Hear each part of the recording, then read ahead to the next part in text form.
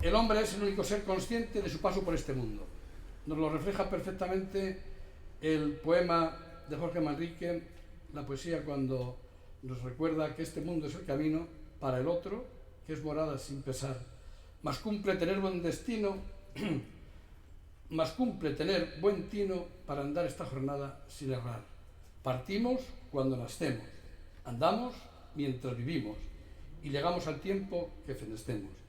Así que cuando morimos, descansamos. Todos conocemos esta poesía de las coplas a la muerte de su padre, de Jorge Manrique, y que nos lo expresan perfectamente. El hombre peregrino, según camina, va reflexionando sobre sí mismo y toma conciencia de que es irreductible a la materia que le rodea. Él siente un germen espiritual que le proyecta más allá de sí mismo y más allá del tiempo, y que lo expresa también muy bien es el poeta de Frades de la Sierra, Gabriel y Galán, cuando dice, en esos versos prácticamente ya del final de su vida, muriendo muy joven con 32 años, cuando dice: de Dios vengo y a Dios voy. A Dios no se va muriendo, se va al oriente subiendo por la breve cuesta de hoy. De luz y de sombra soy, y quiero dejar de mí en pos santa y robusta semilla de esto que tengo de arcilla y de esto que tengo de Dios. El hombre peregrino constata, ante todo, que no es una realidad acabada, sino más bien un proyecto, un despliegue de potencialidades en verdadera libertad. Se interroga, por tanto, por el sentido de la permanencia en este mundo, y desde ahí abierto siempre a la trascendencia y a la plenitud. El hombre se hace religioso presente en esa experiencia gozosa de estar religado siempre a un absoluto. En este sentido, y este pensamiento es el que sintetizamos nosotros con la oración o con la bendición del peregrino, cuando queremos recordar que el peregrino es un peregrino de inmortalidad, está siempre en camino. Y por eso la fórmula de bendición, que ya todos conocéis, cuando habéis ido por allí, es: a ti, peregrino de inmortalidad, que ya estás en el camino, que el amor y la paz de Dios te acompañen siempre, y que dócil a su voz pases por la tierra sembrando el bien. El hombre peregrino es el homo capaz de Dios. El hombre inquieto aspira a los bienes más altos, hacia lo infinito, capaz de Dios, creado a su imagen y semejanza, porque nos hiciste, Señor, para ti, y nuestro corazón está inquieto hasta que descanse en ti, nos dirá San Agustín. Vemos cómo a lo largo de la historia hay una serie de prototipos de hombres que nos recuerdan nuestra dimensión peregrina. Si recordamos a Adán es expulsado del paraíso, pero su anhelo es volver de nuevo al paraíso. Abraham es el hombre que se pone en camino a pesar de su vejez. Sal de tu tierra y de tu casa. No te quedes reducido a las cosas que tienes y a lo que tú eres. Tú tienes que ser mucho más. La imagen de la tierra y de la casa son muy interesantes, porque la casa es las cosas que tú tienes, y a veces las cosas que tenemos nos tienen a nosotros, nos esclavizan y nos impiden ser realmente libres a la hora de poder actuar. Y el salir de nuestra tierra es salir de nuestra condición. Somos tierra, somos barro, y eso es lo que muchas veces nos cuesta salir, porque tenemos nuestros hábitos, nuestras manías, nuestros complejos, nuestros proyectos, y ponerte en camino y dejar todo eso para vivir una aventura nueva es algo muy importante y necesario. Vemos la figura de Moisés, que ve y experimenta cómo la zarza arde y no se consume. Y esa zarza, que es la inquietud que lleva dentro, diciendo: yo no puedo quedarme aquí viviendo tranquilamente en Madián, cuidando mis ovejas, atendido y querido por mi familia, mientras mis hermanos están esclavos en Egipto. Tengo que hacer algo, porque esta llama me está quemando por dentro. Todos tenemos inquietudes que nos provocan a ponernos en camino, y la figura de Moisés está claro. El mismo Jesús le pasa lo mismo, es el eterno peregrino. No se conforma con quedarse en Galilea, muy a gusto entre los suyos. Hay que subir a Jerusalén. y ahí está el monte Tabor, donde él tiene que discernir y darse cuenta de que al final lo que Dios quiere es: ponte en camino, este es mi hijo, mi amado, mi predilecto, haced el favor de escucharlo. Tú di lo que tienes que decir, sube a Jerusalén, aunque te cueste un precio muy caro. Vemos el ejemplo de Buda, como también es el hombre inquieto que, siendo príncipe, viviendo como un príncipe, dándose cuenta de la realidad, también se pone en camino en busca de la verdad y de la paz, para que pueda de esa manera encontrar sentido a su vida. No digamos nada a Mahoma, que también, viviendo plácidamente, siente la inquietud y de alguna manera se pone en camino de Medina a la Meca, para así continuar siendo un peregrino más también de inmortalidad. El caso de Francisco de Asís, otro modelo de peregrinación. El hombre camina y peregrina a Roma, a Jerusalén, a Santiago de Compostela. Es el hombre inquieto. Y no digamos nada el ejemplo de Santiago, que, siguiendo la tradición, podemos decir que vino y peregrinó hasta los confines de la tierra. Bien, entonces el camino es, desde aquí, algo muy peculiar. No es andar por andar, sino es andar con un verdadero sentido, y un sentido muy abierto a la novedad, a la libertad, a la trascendencia. El camino de peregrinación es un camino siempre abierto, es una escuela abierta al conocimiento del mundo exterior e interior, y es ese crisol donde se purifican las actitudes, las inquietudes y los valores que llevamos dentro. Ahí se purifican como el oro en el crisol. Es un oasis de humanidad, porque ahí es donde aprendes a descubrir valores como son la generosidad, la hospitalidad, la humildad, la sencillez, la verdad. Y ahí florece, en esos páramos tan desiertos y abrasados de nuestra sociedad actual, donde descubres esos valores auténticos que te ayudan a encontrar el verdadero sabor y sentido de la vida. Es un ámbito de libertad, rompiendo los moldes de horarios y calendarios, de protocolos y de compañías sociales, de apariencias y de vanidades. Ahí te manifiestas con toda la libertad tal y como tú eres. Es un camino y un clima donde florece la paz interior, sobre todo. Es una aventura preñada de esperanza. Es un sendero largo y estrecho, porque para subir a la cumbre, para llegar a la meta, hay que ir ligeros de equipaje, y hay que irnos despojando y desprendiendo de todo. Y así el peregrino, cuando se pone en camino, en esa mochila, con lo mínimo imprescindible, se da cuenta de que puede vivir con total libertad, sin estar tan agobiado por aquello que nos ata. Es una fuente donde saciar esa sed de eternidad que todos llevamos dentro. Como busca la cierva corrientes de agua, así mi alma te busca a ti, Dios mío. Mi alma está sedienta de ti, como tierra reseca, agostada y sin agua. Que bien sé yo la fonte que emana y corre, aunque es de noche, como diría San Juan de la Cruz. Es un camino de encuentro interreligioso y ecuménico. En él encontramos a hermanos de distintas iglesias y religiones, pero estamos todos en la misma onda, y eso es lo que realmente nos tiene que importar y preocupar.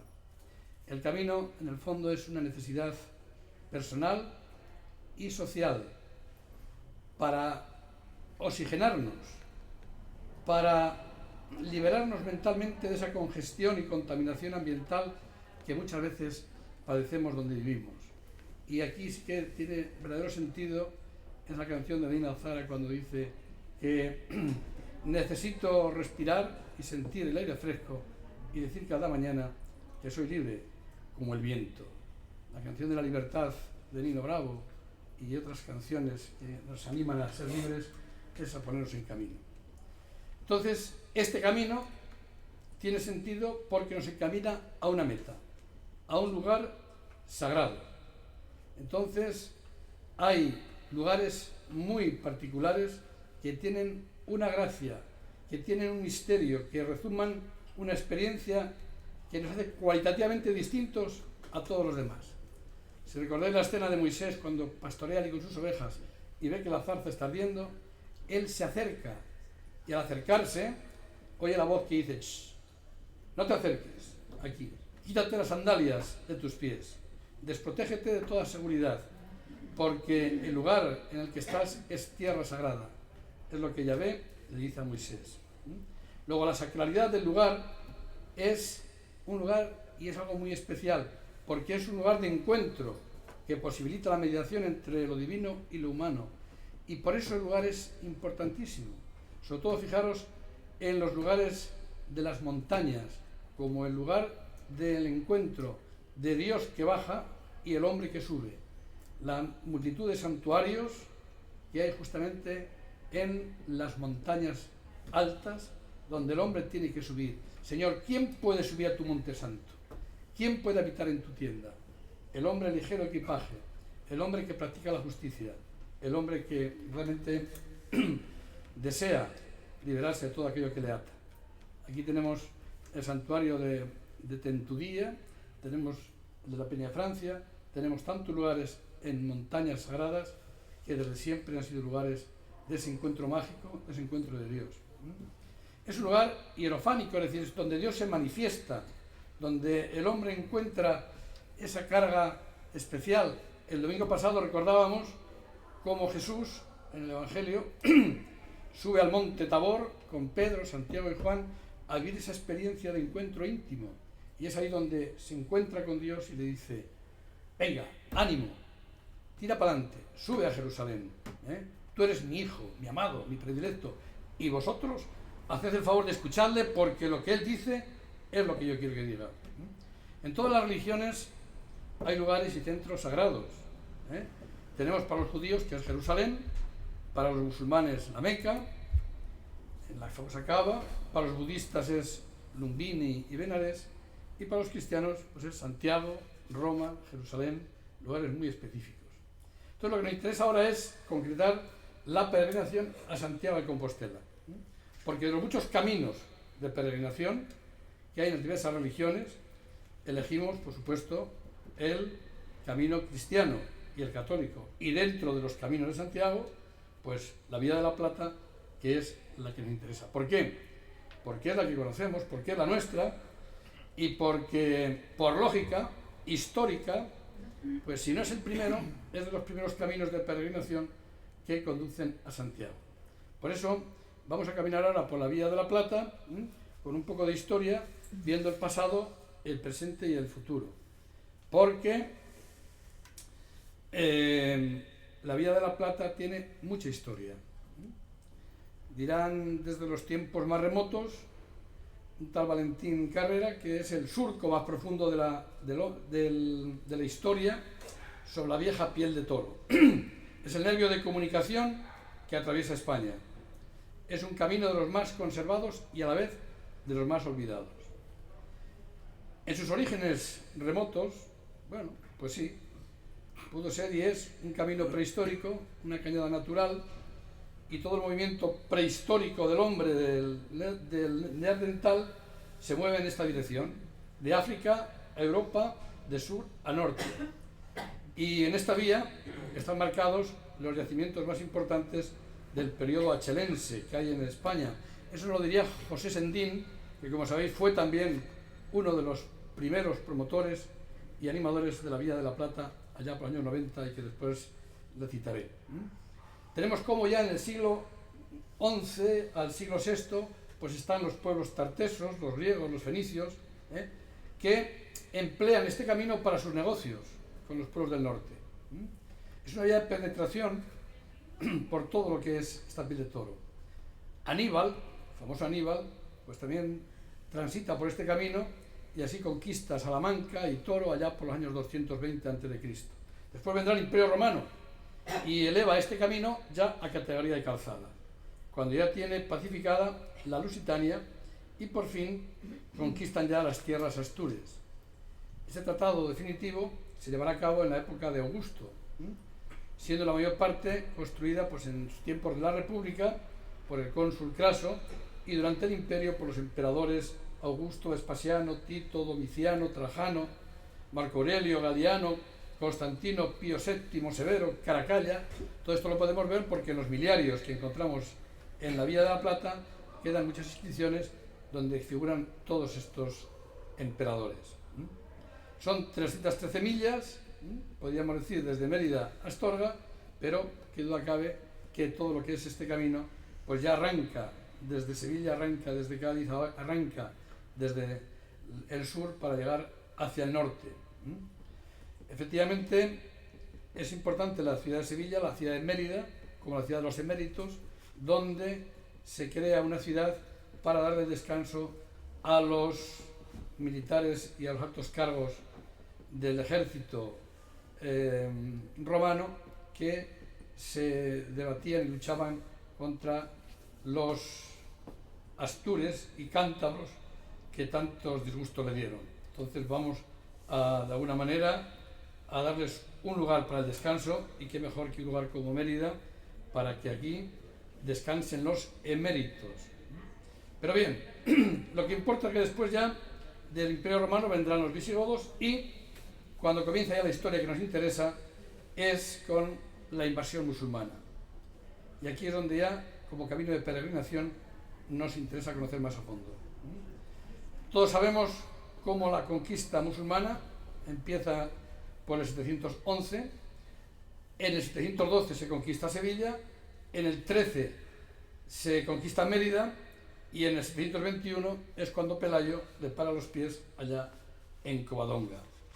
Pero ellos continúan después por todo el norte de Castilla y León, entran por Roncesvalles, continúan por las Landas y llegan hasta Poitiers, donde Carlos Martel en el 732 ya les para los pies y comienza a partir de ahí la reconquista hacia el sur.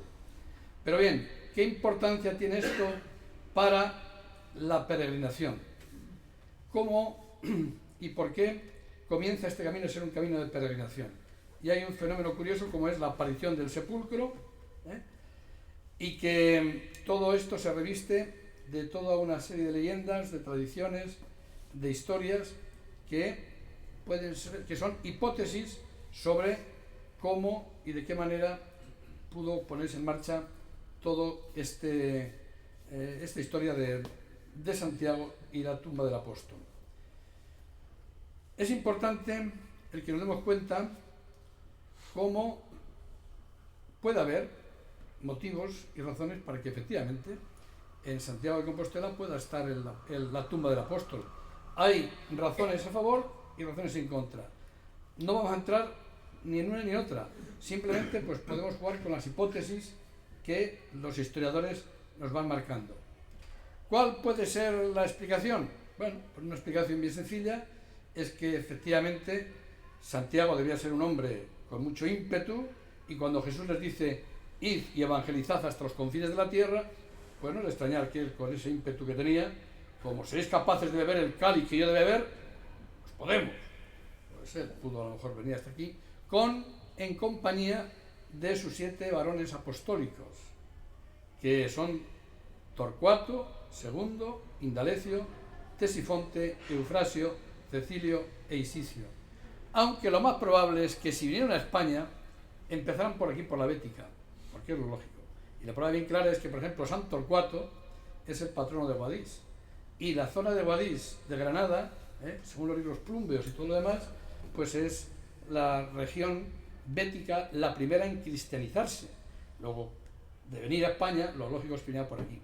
Otra cosa es que Santiago pudiera conseguir el objetivo, porque también, según cuenta la tradición, parece que estuvo por aquí unos años, pero que la cosecha fue muy pobre, de tal manera que es lo que cuenta la tradición, cuando él, desanimado, se encuentra con la Virgen, o la Virgen se le aparece allí en el Pilar de Zaragoza y le da ánimos, diciendo, bueno, tú ánimo y para adelante.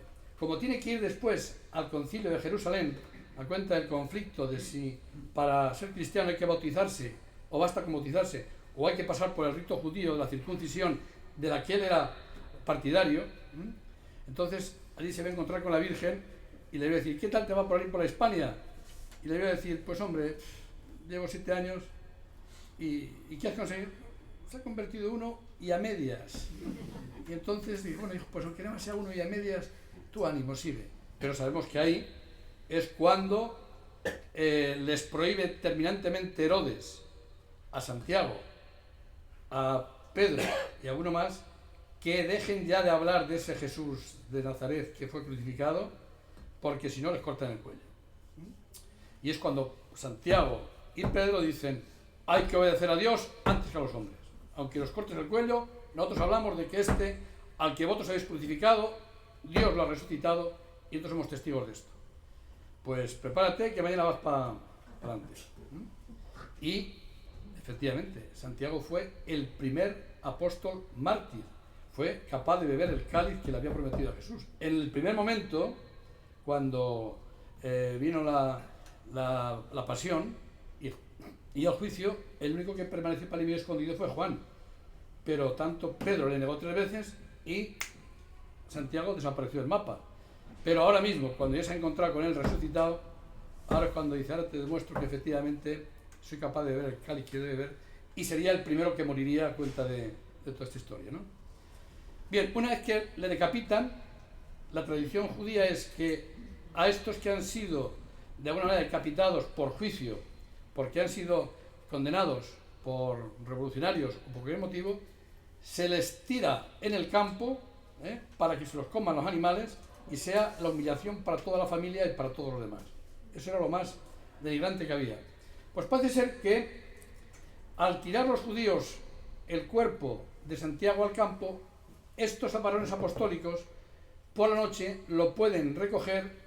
Parece ser que lo embarcan en una barca que había por allí por la costa, y esto ya es todo leyenda y tradición, que guiados por los ángeles llegan en 7 días o bien hasta la Ría de Rosa, o bien hasta aquí, hasta la Bética.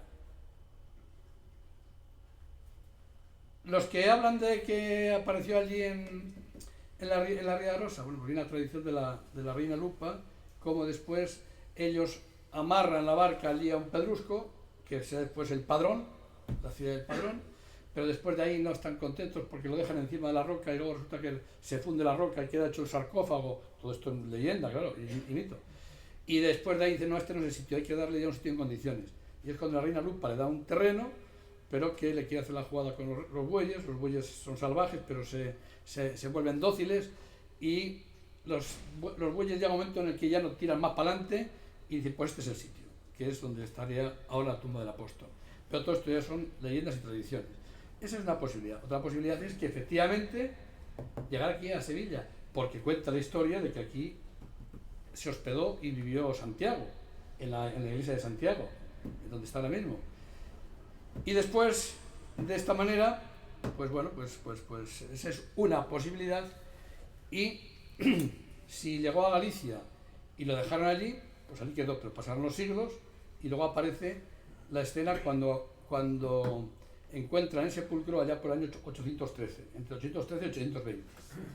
Pero claro, esa es una tradición.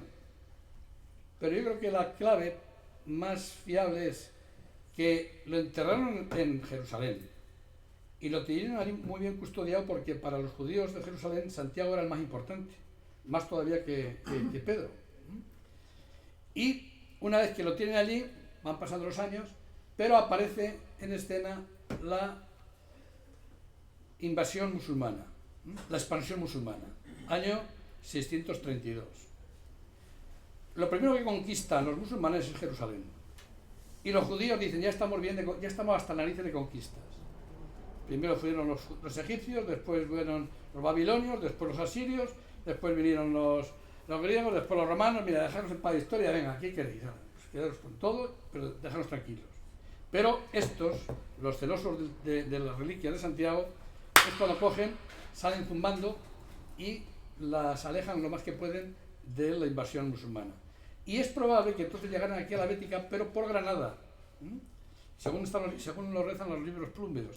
De Granada, cuando se enteran de que ya van llegando por aquí casi 100 años más tarde, y ya van llegando cerca de aquí de la península, los traen hasta Sevilla. Aquí en Sevilla, cuando se dan cuenta que viene por ahí Muza, suben para arriba y lo llevan a Mérida. Hay una lápida que parece ser que en Mérida también estuvieron ahí los restos de Santiago, y es probable. De ahí, cuando ven que ya van llegando a Mérida, suben para arriba, y lo más probable es que suban por la Vía de la Plata. Y en ese sentido van huyendo de la quema y llegan a Sanabria. Y de Sanabria entran en dirección a Galicia con la intención de poderlo saltar después las reliquias hasta las Islas Británicas, siempre huyendo de la invasión musulmana. Cuando los musulmanes llegan a Sanabria, lo que hacen es decir, ¿y para qué hacemos? Si aquí lo que hay que son cabreros y gente de estas que nos se llenan a pedras con nosotros y no quedamos uno. Y además esta tierra no nos interesa para nada. Ancha es Castilla, ancha es Extremadura, y venimos del Vergel y del paraíso de Andalucía. Vamos a meternos para aquí, fuera, hombre. Suben para arriba por toda la costa, por todo lo que es el norte de Castilla y León, entran por Roncesvalles, suben por las Landas y así llegan hasta Poitiers, ¿no? Donde ya Carlos Martel por fin les detiene, pero están ya cansados de tanto caminar, y comienza la Reconquista, donde va a ser una figura clave Carlomagno. Entonces Carlomagno se une ya a los reinos de Navarra, de Cantabria, de Asturias y de Galicia, y todos unidos se unen para poder de alguna manera hacer frente al este. Y es ahí cuando le viene como anillo al dedo la historia de que aparecen los restos de Santiago en el lugar de Compostela. Le viene muy bien porque todavía tenemos un motivo por el que estar unidos y por el que luchar contra el enemigo. Luego realmente quien reconquista España es Santiago, porque une todas las fuerzas, habidas y por haber, y aunque nos costara 800 años, al final lo pudieron conseguir. Pero bien, eso es de alguna manera todo lo que significa un poco la historia del pasado, que ha sido un pasado pues muy brillante, apoyado sobre todo también en todo lo que es la riqueza cultural de la Vía de la Plata como camino romano y como camino de tránsito de todas las culturas y de toda la evangelización de América y de todo lo que ha significado y sigue significando. Pero ahora lo que nos importa es el presente, ¿no? Y el presente yo lo pondría o lo comprendería entre los años 90 y la pandemia, más o menos. Después de la pandemia estamos ya en el futuro. Pero para poder realmente entender un poquito esto, yo creo que es conveniente el relacionarnos. Entonces, en este presente, ¿qué es lo que podemos realmente tener en cuenta? Pues hay que tener en cuenta muchas cosas. En primer lugar, que efectivamente es a partir de los años 90 cuando comienza todo el movimiento de inquietudes a la hora de poner en marcha todo este camino que estaba muy olvidado y que comenzando con la peregrinación que ya Andrés Muñoz Garde, allá por el 90, empezó con ese grupo de navarros a ir marcando el camino. Después con el congreso que hubo en Zamora, organizado por Ramos de Castro, y después ya por las reuniones que fuimos teniendo por aquí, las viejas glorias, ¿no?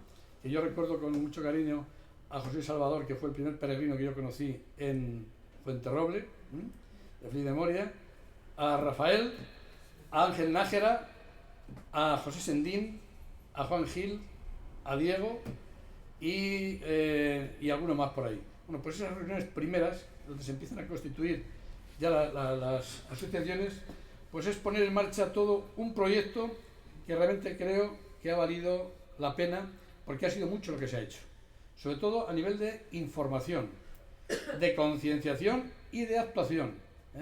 Han sido 30 años donde muchos os habéis sentido como Quijotes dispuestos a desempolvar este proyecto que estaba ahí tan glorioso, pero con mucho polvo encima y que había que ponerlo en marcha. Actividades que se han ido haciendo para poder llevar a cabo todo este proyecto, pues todos lo sabemos. Aquí tenemos un montón de detalles y de recuerdos. Desde primero la fundación de las asociaciones, la de Sevilla en el 92, Fuenterroble fue también en junio del 93, la de Zafra y la de Cáceres y la de Mérida, también con el de Mérida me estaba también no me acuerdo cómo se llama que estaba ya mayor. Y por supuesto en ese momento tengo que reconocer que alguien que nos motivó mucho también fue Ramón de Castro. Me parece que Ramón de Castro, luego el hombre, pues es tan impetuoso que muchas veces, pues a veces nos ha quemado un poco a todos. Es decir, marca un ritmo que en el fondo, pues si no haces un poco lo que él te dice, pues te puede declarar hijo no grato. Pero bueno, pero hay que reconocer que efectivamente es un hombre apasionado y que a él también le debemos mucho. Se ha ido consolidando y de alguna manera definiendo muy bien lo que son las asociaciones con muy buena organización, sobre todo aquí en Sevilla lo tenéis muy bien organizado, de tal manera que el tener ya un local como este a costa de vuestro bolsillo supone que ya esto tiene un mérito muy considerable. Tiene la ventaja de que los que estáis aquí y los que estamos aquí trabajando en este proyecto, pues somos un poco Quijotes, eso hay que reconocerlo. Pero es que esta Quijotada nos viene muy bien, porque nos libera de muchas falsas seguridades y nos apasiona por la sencilla razón de que esta historia nos ha posibilitado el que nos conozcamos, gentes del norte y del sur, del este y del oeste. Entonces la gran familia que nos ha ocasionado el formar parte del proyecto del Camino de Santiago, pues es como le pasó a Abraham a la hora de abrir su casa a esos 3 peregrinos, ¿no?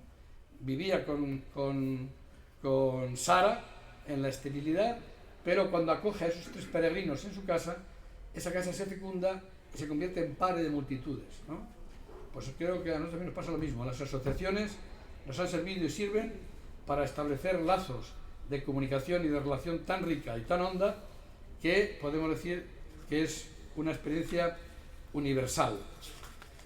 Actividades, ¿para qué le vamos a enumerar si todos sabemos? En todo ámbito. En ámbito informativo, desde las guías que se hicieron, siendo la de Sevilla la primera, con todos los que colaborasteis y seguís colaborando con ese tema y siguen trabajando.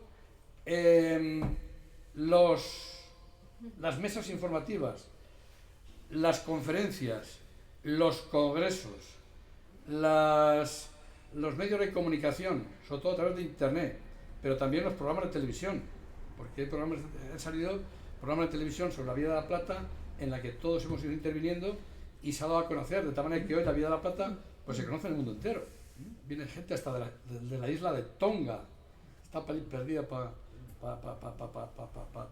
Oceanía, y de esa manera pues podemos decir que es una conquista muy importante lo que se está haciendo. Eso a nivel de concienciación, pero luego a nivel de actuación, la cantidad de brochas y de botes de pintura que aquí don Rafael y don Ángel Nájera y algunos cuantos más han ido poniendo, pues ha sido muchísima, ¿no? Pero se ha trabajado para que haya una señalización más establecida, y aquí sí que de alguna manera los que de alguna manera estáis más metidos en la organización y en la federación habéis hecho mucha más fuerza en el sentido práctico para poder de alguna manera ir consiguiendo objetivos. En cuanto a la creación de casas de acogida, de albergues y de todo lo demás, pues cada uno colaboramos en la medida que podemos. Unos hemos ido abriendo albergues, pero otros estáis siendo hospitaleros voluntarios, que tan importante es una cosa como la otra, porque es importante también lo que es la hospitalidad. Si no tenemos lugares donde ser acogidos, pues entonces apague y vámonos. La hospitalidad es clave. Y el camino, como el camino de Emaús, es un camino de encuentro, y la verdad es que cuántos amigos y conocidos hemos ido conociendo en esta situación. Y nos ha pasado un poco como a los magos, que nos hemos ido poniendo en el camino, y en el camino nos hemos ido encontrando con gentes que están en la misma onda. Y poco a poco el camino es el que nos ha ido amigando, nos ha ido amasando, y de alguna forma hemos ido creando una gran familia. Y esto es lo que realmente nos importa. Desde aquí hay que reconocer que el Camino de Santiago y la hospitalidad pues han fomentado muchísimo lo que es las relaciones humanas. Pero también hay que reconocerlo, para muchos, no para muchos, para algunos, pues también el Camino de Santiago pues es una excusa, es una justificación para vivir su aventura. Y aventuras las hay de todos los tipos, y también las hay afectivas. Y hay gente que a lo mejor vive una aventura demasiado precipitada, y al final pues puede ser que tenga un futuro, que tenga después un futuro sólido y serio. Yo he conocido gente que se ha ido conociendo en el camino y he sido testigo de ello porque los he casado, pero también he conocido otros casos que se precipitan demasiado y al final, al poco tiempo, acaba en fracaso. Para mí es doloroso, lo tengo que decir con toda sinceridad, a la hora de la acogida allí en Fuenterroble, cómo ves que hay gente que viene haciendo mucho paripé y viene lo que viene. A ver cómo se puede ligar, a ver cómo se puede liar, a ver cómo se puede aprovechar del otro. Y en ocasiones, pues, son situaciones muy incómodas porque, por encima de todo, tienes que respetar la libertad de cada uno, pero resulta muy difícil comulgar a veces con ruedas de molino cuando una parejita se lía y te compromete, porque al final te das cuenta de que todo es un puro teatro que además te confronta con el marido o la mujer correspondiente. Yo tuve algún caso en particular en el que un compañero cura me dijo: oye, Blas, ¿pero qué lío tenéis por ahí montado? ¿Qué es lo que pasa ahí? Porque me he enterado de que fulanito anda por ahí con fulanita, ven para acá y me lo cuentas. Y me llamó, me convocó y me puso delante a la mujer del susodicho. Y me dijo el cura, dice: cuéntame, ¿cómo es ella? Pues ella, bueno, es una viuda simpática, muy alegre, muy dinámica y tal. Y entonces va y te dice a la mujer: date por perdida, hija, date por perdida, que aquí ya no tiene nada que hacer. Son historias que, bueno, por ejemplo, ahora en la época del COVID, pues hemos estado ahí 3 meses conviviendo, pero al final me llegó una chica que estaba más para allá que para acá, la pobre, y me dinamitó el grupo. O sea, te hace polvo, porque empiezan las relaciones efectivas y las tonterías de turno y no se dan cuenta de que eso hay que controlarlo por la sencilla razón de que nos puede hacer cisco. Bien, un punto muy importante que hemos conseguido también ha sido ir concienciando a las autoridades de la importancia que tiene la seguridad en el camino. Y aquí hay que reconocer que la Guardia Civil ha cumplido un papel, y lo cumple muy bueno, porque sirve de apoyo y de información y de solución de muchos problemas. Desde el control del libro del peregrino, hasta la búsqueda de los perdidos, hasta el socorro de los heridos y hasta la detención de los de busca y captura, que también yo he tenido alguno. Entonces hay que darse cuenta de que el camino de peregrinación cada día va siendo más numeroso, pero en este camino tenemos toda clase de tipos. Los hay pata negra, que sois la mayoría, y somos la mayoría, que sois gente que no exigís, que agradecéis, que sois solidarios, que sois generosos, que sois comprensivos y que sois amables. La gran mayoría. Pero también los hay pícaros, y los hay muchos muy ingenuos, y los hay muy vanidosos, y hay verdaderos sinvergüenzas y oportunistas. Y aquí hay que tener mucho cuidado, porque bajo el pretexto de que vas haciendo el camino, con mucha facilidad podemos dar el teléfono, podemos dar la dirección y no sabemos con quién estamos tratando. Yo he tenido 2 o 3 casos últimamente bastante serios. Uno de ellos, hace prácticamente un mes, un chico que estaba por ahí de hospitalero, tío genial, entregado, fantástico, trabajador, le busqué trabajo en la fábrica, y resulta que viene una peregrina y se debió entusiasmar él con esa peregrina. Y entonces, como no sabía cómo enrollarse, pues el padre le dice: bueno, toma estas galletas y cuando subas arriba al pico de la dueña, pues tú vas y te las comes. Y me llamas por teléfono y me dices si te gustan. La otra boba a las narices le llamó por teléfono, le controló el teléfono, se empezó a crear un montón de ilusiones, se marchó a verla a su casa, pero que estaba para allá, para otra punta. Al final deja de trabajar, vuelve, porque como buen trabajador la empresa lo vuelve a recuperar, pero después esta chica a poco tiempo me acaba llamando porque él se marcha a verla y me llama totalmente descorazonada, porque dice: no, ¿cómo me puedo quitar este tío de encima que me tiene realmente acosada por todas partes y yo no quiero saber nada de él? Bueno, pues él coge y empieza a mandar por los WhatsApp, porque le controló el teléfono y le controló después los WhatsApp de los amigos, y desde ahí pues realmente cogió y prácticamente le amargó la existencia de una manera. Dice: llama a la policía y que lo apresen, porque realmente decía cosas muy, muy graves deteriorando a esta mujer. Y efectivamente ha desaparecido el mapa y posiblemente que esté metido en la cárcel porque además era uno de búsqueda y captura. Entonces hay que tener mucho cuidado con ser ingenuos porque si no podemos realmente cometer muchas imprudencias. De todas maneras, hay que darse cuenta también de que en el Camino de Santiago otro tema muy importante y que es de agradecer es la sanidad. Todo lo que es la atención sanitaria a los peregrinos creo que es algo que debemos reconocer y agradecer. Hay muchos peregrinos que vienen muy tocados, no importa que los lleves a urgencias, los atienden de maravilla, están pendientes en todo momento, tengan o no tengan documentación.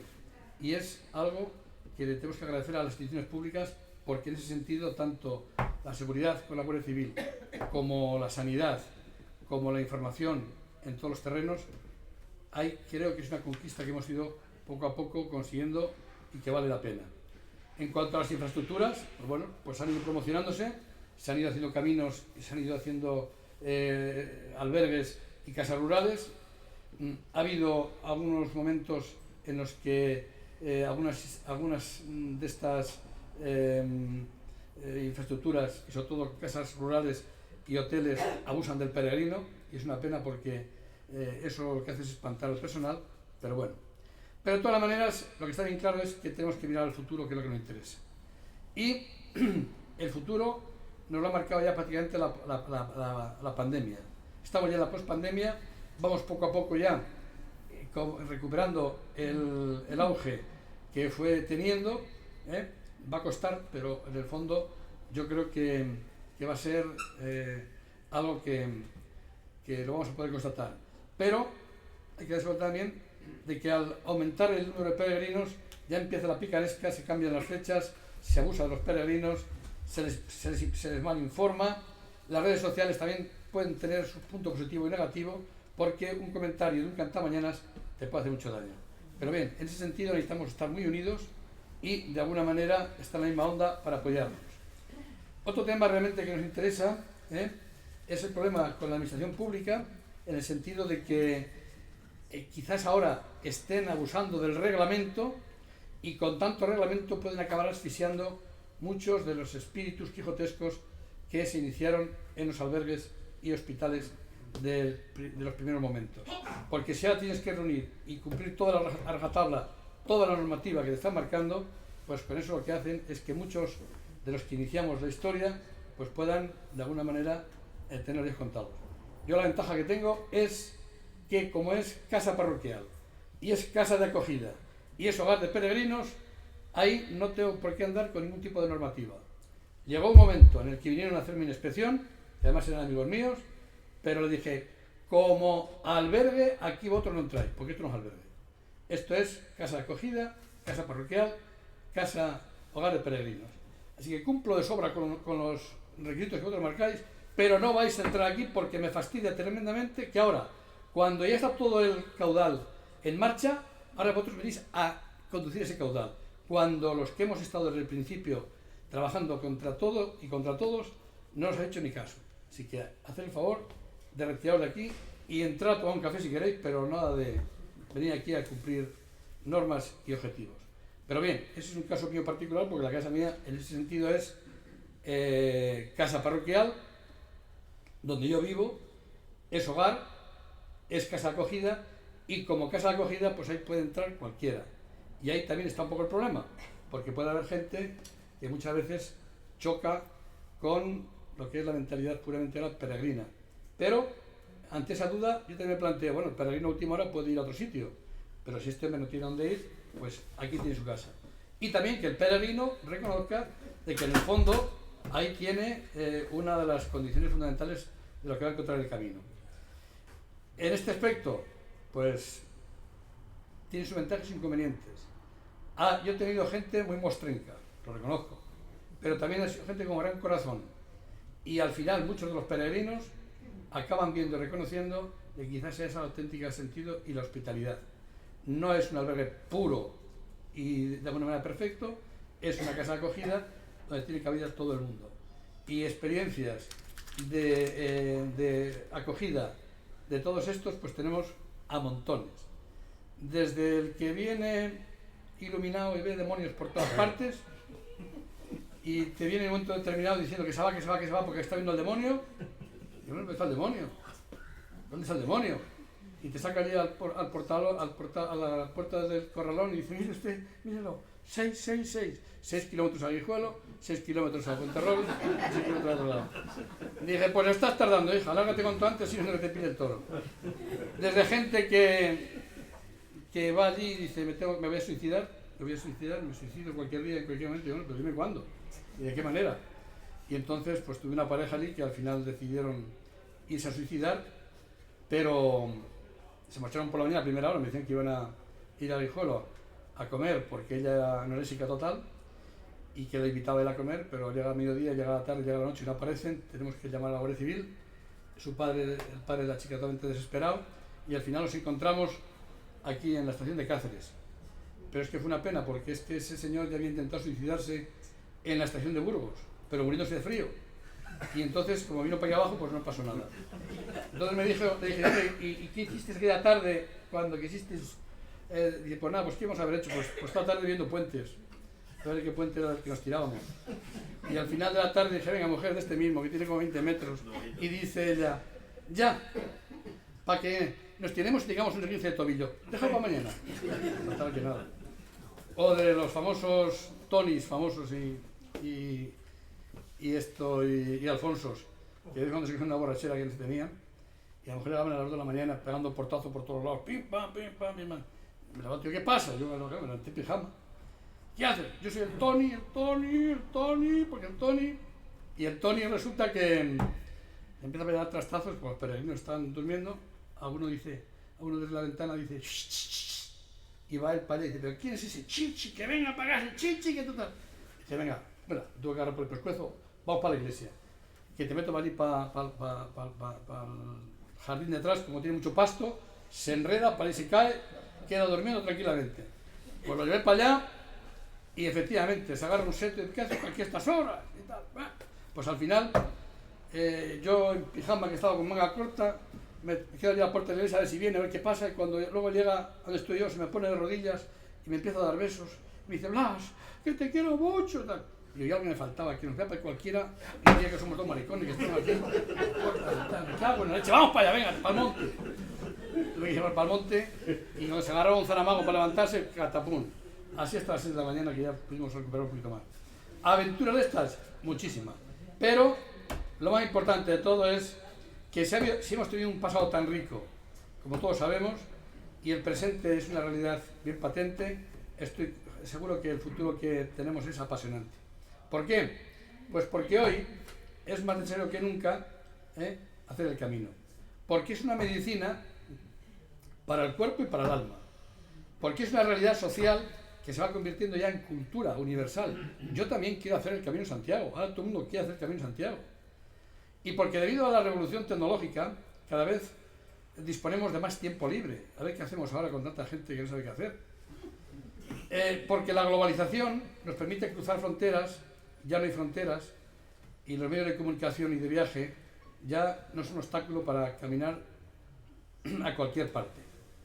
Porque los caminos de peregrinación, con un carácter claramente espiritual, son caminos de eternidad, de sentido, de interioridad, de ecumenismo. Aquí nos encontramos creyentes de todas las iglesias cristianas y de todas las religiones, y ese encuentro es fundamental. Y porque son caminos que han ido entretejiendo las ciudades y los pueblos de nuestra historia, de nuestra Europa, de nuestro mundo. Y porque la cultura ecologista, naturalista, cada día va ganando terreno, y todo trato y respeto a la naturaleza y al medio ambiente contribuirá a un turismo más ecológico, más limpio y más respetuoso. Entonces, ¿hay futuro? Sí, porque hoy es más necesario que nunca que el hombre, como ser único, consciente de su condición peregrina, somos peregrinos caminantes por tierra extraña, hacia la inmortalidad, nos damos cuenta que con cuánta intensidad, como decimos aquí en la guía que publicasteis, con cuánta intensidad afloran estas inquietudes mientras el peregrino camina por las llanuras solitarias e interminables de la estepa castellana, o el Erial de Extremadura. Este marco es la fragua y el crisol donde se forjan y purifican los valores e ideales más hondos del andariego. Este camino es el que paso a paso va descubriendo el hombre su grandeza y su miseria, su pobreza y su riqueza, su dignidad como ser libre y su vocación profética, al ir sembrando la utopía con su actitud quijotesca. Y hoy, como siempre, necesitamos el camino y Quijotes que rompan con sus lanzas los pellejos resecos de un mundo demasiado racional, apático y frío. Y hoy, como siempre, necesitamos respirar el aire fresco y dejar actuar al espíritu y soñar con cielos nuevos y una tierra nueva en la que habite la justicia de la salida del sol hasta el ocaso. El Camino de Santiago, en cualquiera de sus manifestaciones e itinerarios, y de un modo particular en la Vía de la Plata, es un caudal de agua abundante para regar los páramos y estepas y desiertos que cada día son más grandes. Hay futuro porque si hay muchos obstáculos y dificultades que se presentan, Él nos mandará ángeles para que nos guarden en el camino. Y hay futuro porque el Camino de Santiago siempre será un camino de paz y de concordia. Así pues, busquemos la paz y caminemos tras ella. Hay un reto, que es el que nos preocupa, y es el relevo generacional. Se nos están yendo las viejas glorias, caminos de la eternidad. Continuamos nosotros, pero ya vamos caminando con miras al horizonte. Lo que importa ahora es saber cómo podemos hacer para ir incorporando los jóvenes a esta tarea. No sé si somos conscientes de esto, pero hace falta recuperar la experiencia que alguna vez ya hemos hecho de jornadas escolares y actividades jacobeas con los más jóvenes para irlos metiendo en camino. Y si los metemos en camino de pequeños, de mayores no tendremos problemas. Pero como no lo metamos de pequeños, de mayores, apa y vámonos. Así pues, como camino de la paz, busquemos la paz y caminemos tras ella. Y perdonad un poco ya el tiempo que he empleado, porque habría muchas más cosas que decir, pero creo que ya por hoy ya bastante. Muchas gracias por todo, por haberme escuchado y por haber compartido este rato que sabe a gloria. Y ya sabéis que en Fuenterrobles siempre tendréis vuestra casa, sobre todo cuando vayáis para el norte, pues hacéis una parada ante el camino y allí siempre está la puerta abierta, la mesa puesta y la luz encendida.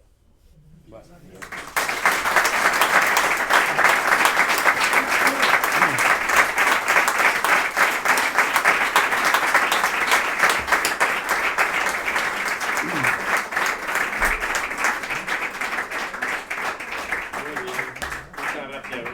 Hecho una revisión perfecta de estos 30 años y de la historia.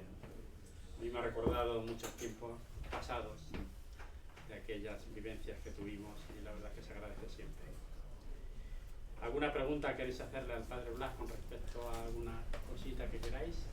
Y si no, pues enseguida preparamos. Voy a hacer una puntualización de que dice que de la vieja gloria nos vamos y como que no hay futuro. Y no solamente en lo que es Camino de Santiago, sino también en el movimiento eclesiástico. Si observamos, siempre somos personas mayores los que estamos en un sitio y en otro. Y cuando se van estos, vienen otros mayores. Creo que porque mucha gente piensa en meterse en estos líos cuando están jubilados. Pienso, pero lo cierto y verdad es que en las iglesias y en estos movimientos se van unos y vienen otras personas mayores. No suelen venir jóvenes, suelen ser personas mayores. Lo digo con un sentido de experiencia, de esperanza. En un sentido de esperanza y de, bueno, algo positivo. Es así. Muy bien.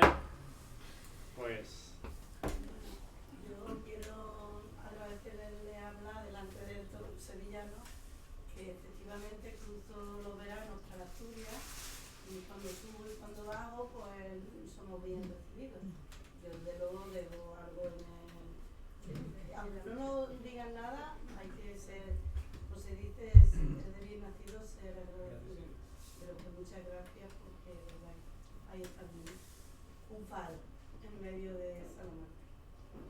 Sí, la verdad es que muchos, vamos, ya algunos lo van haciendo, es decir, salte aquí de Sevilla y va, o desde Cádiz o desde Huelva y me dicen, oye, podemos parar ahí y hacer un alto en el camino y dormir. pues es que precisamente esa es la finalidad, que sea una casa abierta para todos. Yo iba a ir a una casa tan grande. Ahora estamos con la casa de Hungría y empezaremos con la casa de Alemania. Vamos haciendo módulos para que de esa manera todo el mundo pueda tener sus posibilidades y bueno, y te alegras cuando ves que tienen una finalidad, porque si no, ¿para qué quieres tanto? Que cualquier albergue, cuando he hecho el camino, pues se sabe que si va andando tienes preferencia, que se acaban las plazas. Si vas en coche ya te pones hasta las 8 de la tarde a ver si queda alguna. Y no, eso es justo porque si tú llevas un coche de apoyo, tienen preferencia los que van andando. Pero como gracias a Dios ha hablado al universo, la casa de Fuenterrobles es grande, pues tendría que existir un acontecimiento muy importante para que todo estuviera bien. Bueno, es grande ahora, que yo he conocido allí 4 burros viejos que no había ni dónde meterse. Yo el primer peregrino que que conocí fue presente a José Salvador, Sí. y el segundo fue que también murió, el que tiene la academia, Sí, José Manuel, que me regaló el cuadro de la Macarena. Y me acuerdo que en ese momento yo estaba viviendo en una casa pequeñina, porque la casa estaba caída, de tal manera que en la habitación no entraba la cama. Entonces eran 2 tablas que iban de esquina a esquina, ¿no? Y José Manuel, el hombre, esa noche también durmió en el suelo y me dijo: hombre, Blas, está bien ser pobre, pero esto ya es ser miserable. Pero el primer peregrino que conocí y el primero que me ayudó, que empezamos a reconstruir, fue con José Salvador, que fueron en el María Jesús 15 días allí, y fue cuando revestimos aquella entrada con pizarra, que venga, vamos a pasar a hacer esto. Y fue una tarde preciosa porque íbamos con el coche a buscar la escombrera y preparábamos, y efectivamente después otro colectivo muy, muy bueno fue el de Fernando Montesa con su equipo, que eran 2 que iban a caballo, Fernando Montesa y Barea, y luego iban pues estos 2 caballistas, 2 con los caballos, 2 con los coches de apoyo, Paco Valverde, que era el Relaciones Públicas, eran 9 en la comitiva, me parece que eran, para los que iban. Y fue un día precioso porque en aquel momento no había nada. De manera que yo tuve que dormir en la guardilla de arriba, pero que no había ni paredes ni había nada, simplemente era cemento, y allí en el suelo como pudieron, y fue pues ha sido una experiencia de ir poco a poco, el ir creando y levantando pequeños módulos, porque la ventaja que he tenido es que ahí no ha habido ningún tipo de subvención, en ese sentido, en esta casa. ¿Por qué? Porque efectivamente si hubiera tenido subvención me hubieran hipotecado. Me lo ofrecieron, Fue la directora general de turismo un día, allí a comer, me llevó un periodista y me dijo: Blas, por favor, acaba cuanto antes toda esa parte de fuera, porque todo de fuera está una ruina, que yo te lo pago, Y fue el domingo, cuando yo vine de las misas, yo estaba allí en la cocina, un periodista y ella, y le dije: mira, ahí tenéis unos huevos, ahí tenéis un poquito de sopa, yo tengo que marchar ahora a Alcalá de Henares, que tengo un bautizo, y tal, pero digo: mira, te lo agradezco, pero no. Y se quedó hecha polvo, y ¿cómo no? Y el periodista me dijo: pero lo has traído de aquí para esto, y ahora tú me dices que no. Pues no, ¿por qué? Porque es casa parroquial, no es mi casa, y yo no quiero dejar hipoteca a nadie. Y en segundo lugar, si ellos me subvencionan esto, después voy a estar condicionado a decir: oye, Blas, que van este fin de semana los niños a la nieve, y te montan el numerito, y entonces te cargan todo el espíritu que puedas tener tu padre de acogida al peregrino. Entonces, como ha sido un proyecto muy personal y muy particular y muy colectivo, en el sentido de que han ido colaborando unos y otros, uno ponía una piedra, otro ponía un cristal, otro se encargaba de la cocina, tal, otros han ido colaborando, otros habéis ido por allí y efectivamente pues con el donativo de uno y con el donativo de otro se ha podido ir avanzando. Entonces por eso es una casa de todos, y de ahí que luego las pinturas y todas las reliquias que hay por allí nos hablan, porque todo tiene una historia, y de esa manera hasta Tevi, el hombre, cuando teníamos aquí el cuadro aquí en la librería, y yo te tengo que pintar algo, quiso pintar una bota de vino y aquello parecía una granada, ¿no? Yo también tengo derecho a pintar, y eso queda allí, porque es una huella de la historia. Entonces, bueno, pues en ese aspecto, sentiros como en vuestra casa cuando vayáis, yo no hace falta que esté, porque la puerta siempre está abierta. También tienes que recordar a Juan Vizcaíno, que es de aquí de Triana. Por supuesto, claro. Y Paco Vela, que lo tenemos aquí con nosotros. Sí, bueno, y todas las personas Claro. que ha ido viniendo, el Paco ahí incondicional con las mulas, subiendo, y luego las experiencias arrieras que iniciamos ya desde aquí desde Sevilla hasta Santiago, con la bendición de don Carlos Amigo, aquí en la catedral, y subiendo sobre todo a Tentudía, saliendo por aquí, que ahí fue sobre todo Mercedes la que coordinó todo el tema del papeleo para poder salir, con los carros por aquí, por el puente hasta la autovía y llegar hasta Santiponce. ¿Y el Castiblanco subió? Y luego fuimos a Castiblanco, y después de Castiblanco a Castiblanco, a Madrid de la Plata y tal. Y luego como experiencias de hospitalidad, que es un tema que lo he dejado un poco aparte porque ya no da tiempo, hay que reconocer que hemos vivido experiencias de hospitalidad preciosas. Subimos hasta en tu día. Sí, por eso. Yo tengo como experiencia extraordinaria, cuando vinimos con los carros, la hospitalidad, por ejemplo, de Ruy Lucas en Castiblanco de los Arroyos, que nos dio una acogida extraordinaria, cuando no hicimos prácticamente nada. Porque es siempre lo que íbamos a pasar por allí y nos paró y digo, aquí antes de pasar tenéis que bajar y tenéis que dar una vuelta con los carros, pero a 8 de la tarde, el día 6 de diciembre, aquí baja, si no pasáis. Y entonces ya sabía que íbamos a pasar por allí y efectivamente paramos, bajamos, tuvo que desmontar todo otra vez, dimos un paseo por el pueblo, pero después nos invitó a cenar a los 250 que íbamos, al teatro, que veníamos todos sin dormir desde la noche anterior y nada más que entramos en el teatro todos a roncar. Todo el mundo se ha quedado dormido. Y empezaba Regino y Cartucho. ¡Cállate! Después el hombre me dijo, ¿cuántos matrimonios mayores tienes aquí? Eran 15. Gente mayor de los Santos y de Fuentealbán. 15 habitaciones en casas rurales tenéis, para hoy y para mañana. En Casa Salvadora. Se metieron Que fíjate, para mí una de las alegrías más grandes de todas las arrieras es que una familia que vino, ¿no? Una tal Valentina y el Pedro, el hombre, cuando llegó al pueblo dijo, ¡ay, qué casas! ¡Ay, qué cuarto de baño! ¡Ay, qué hotel! ¡Sí, es una maravilla! Claro, la mujer llevaba 50 años sin salir del pueblo. Y entonces que saliera y dio esa experiencia fue fantástica. Entonces, la colaboración de Castiblanco con su hospitalidad y en San Esteban de Entreviñas, cuando llegamos a las 11 de la noche todos calados hasta los huesos, porque estaba volviendo el pueblo ahí continuamente y no éramos capaces de llegar a él. Tenemos que llegar a las 7 de la tarde, llegamos a las 11 y todo el pueblo ahí se volcó para cogernos. La verdad que es una experiencia tan rica que por eso la hospitalidad es la fecundidad. Y en la medida que tenemos las puertas abiertas, nos fecundamos. Nos hacemos amigos y familiares de todo el mundo. Si no, nos cerramos en nuestra propia casita y acabamos asfixiados en nuestra propia cosa. Cuando habla de José Luis Salvador, pues si alguno no lo sabe, fue el primer presidente de esta asociación y fundador. O sea, se nos murió en el camino. Y luego le sucedió María Jesús, ¿no? No se murió En el camino de la vida, joder, por Dios. Mucha gente habla de se murió allí. No se murió. Allí cuando se empezó a sentir ya mal el hombre. Me ha dado un sentido poético. Bueno, pues Blas, ya sabéis. sabes que aquí colocamos unos miliarios en la parte de la provincia de Sevilla. Ah, sí. Una pregunta. Sí. Ah, que tiene una pregunta. Buenas noches. Yo soy Carlos Quintero, soy presidente de la Asociación de Amigos, la recién creada, porque es muy joven, la Asociación de Amigos del Camino del Rocío Santiago. Me gustaría en primer lugar darle las gracias a la Junta Directiva de esta asociación por abrir estas conferencias no solamente a los socios, sino a todas aquellas personas que tengan un interés, como por ejemplo en mi caso.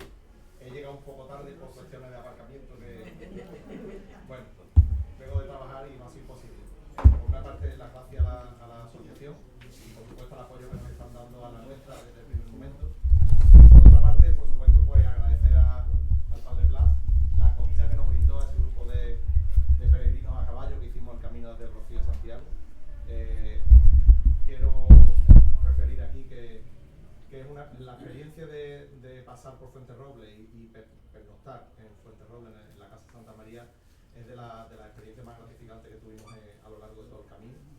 Es una experiencia que no se nos olvidará nunca, y eso pues gracias al espíritu que Blas le da a esa casa, ese espacio, ¿no? Las casas sin las personas que están dentro pues, no son más que paredes y están vacías, ¿no? Esa experiencia se quedará para nosotros de por vida. Y por otra parte agradecerle el que haya tenido bien venir próximamente el día 21 a ofrecernos una conferencia dentro del ciclo formativo que hemos puesto en marcha en nuestra asociación. Y en relación a lo que decía no tengo gusto de conocerlo, Rafael, Bueno, en relación a, pues sí, a la edad media de la gente que está hoy en día en las asociaciones y demás, hombre, yo quiero hacer, como era dicho, un alegato a la esperanza, ¿no? Teniendo en cuenta que si valoramos la edad media de los peregrinos que hoy en día hacen el camino, pues vemos que quizás no es una edad tan alta. Nosotros cuando hemos hecho el camino nos hemos encontrado peregrinos bastante jóvenes, muy jóvenes, haciendo esos caminos, no solamente de España. Es más, creo que de fuera vienen más jóvenes que personas mayores, ¿no?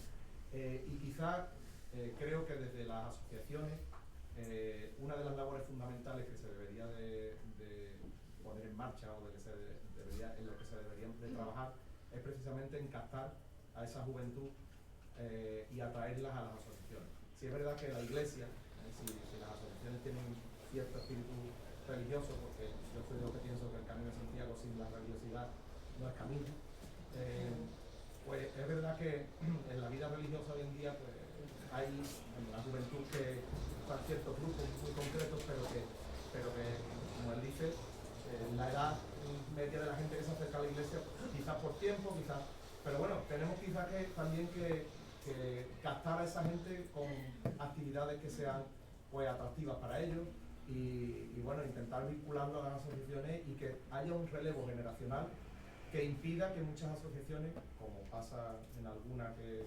conocemos algunos de los que estamos aquí, pues tiendan a perderse, ¿no?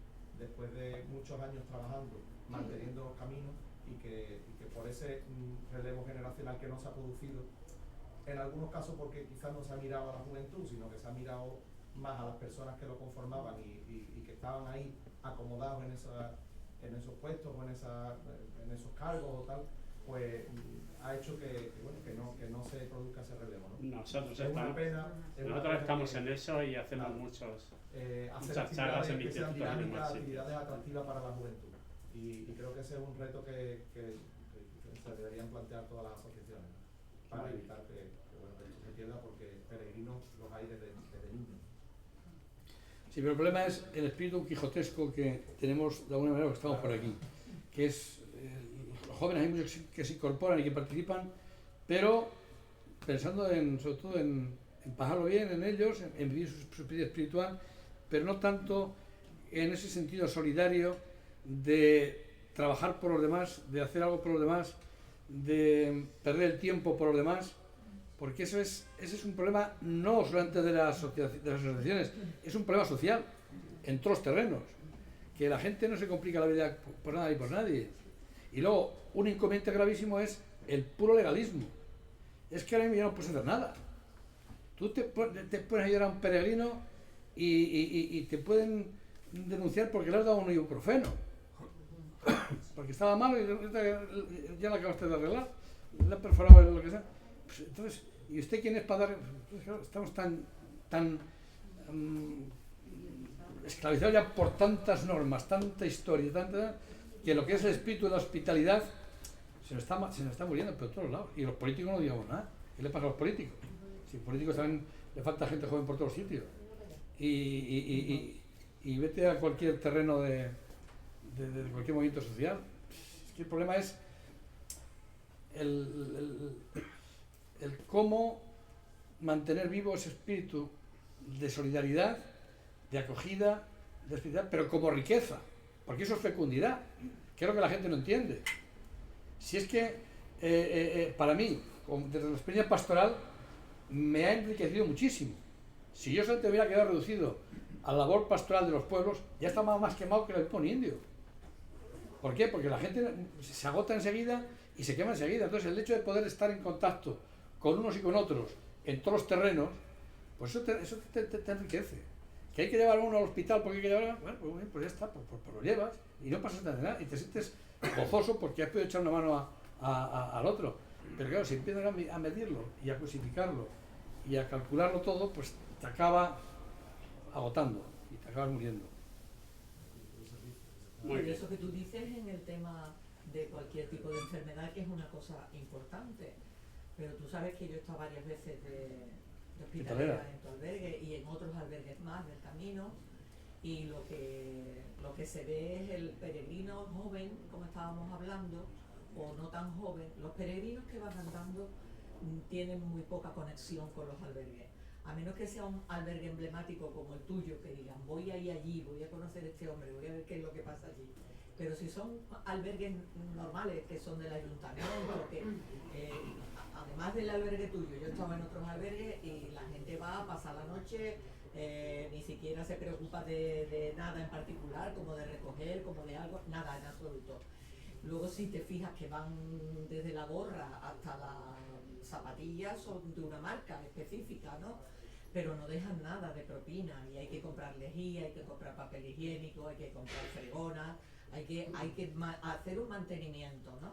Y muchos albergues no están subvencionados por los ayuntamientos, muchos albergues se tienen que valer de sí mismos y eso no lo lleva el peregrino aquí. El peregrino quiere que se le ponga todo, con mejor o peor trato, que te lo dicen, y dejas allí el cepillo.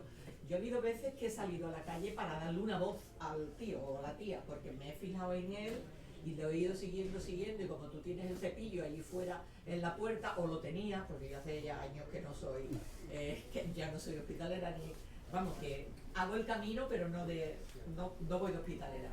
Y tú ibas siguiéndolo, y se iba y no dejaba nada. Y te había fijado cómo iba vestido, y yo más de una vez he salido y he dicho, oye, ¿qué? ¿Se te ha olvidado?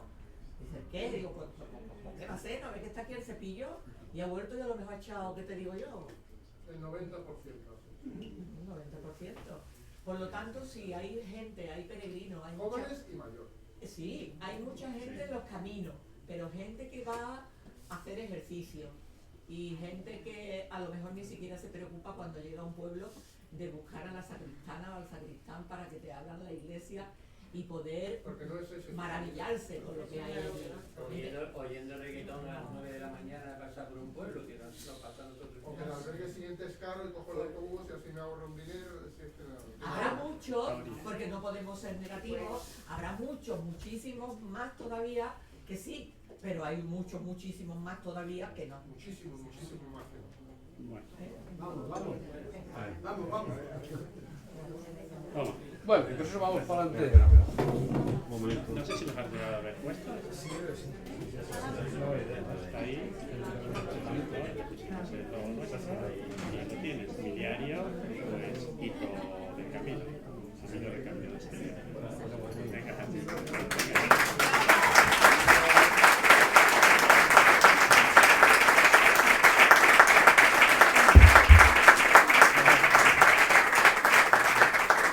Una de las actividades que hacemos es precisamente dentro de la dimensión espiritual el Vía Lucis. Algunos ya lo conocéis. Sí. Os invito. Aquí os dejo un vídeo para que lo podáis ver si queréis, aunque también está en internet, porque bueno, pues es una manera también de dar a conocer el camino. Es el Vía Lucis por la Vía de la Plata, igual que el circuito belenístico por la Vía de la Plata, igual que las jornadas ecológicas y todo demás.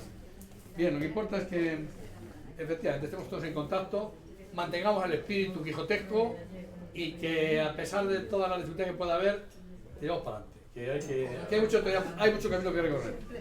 Sí, muchas gracias. Bueno, ahora vamos a tomar una cerveza y tenéis que quiera comentar algo más.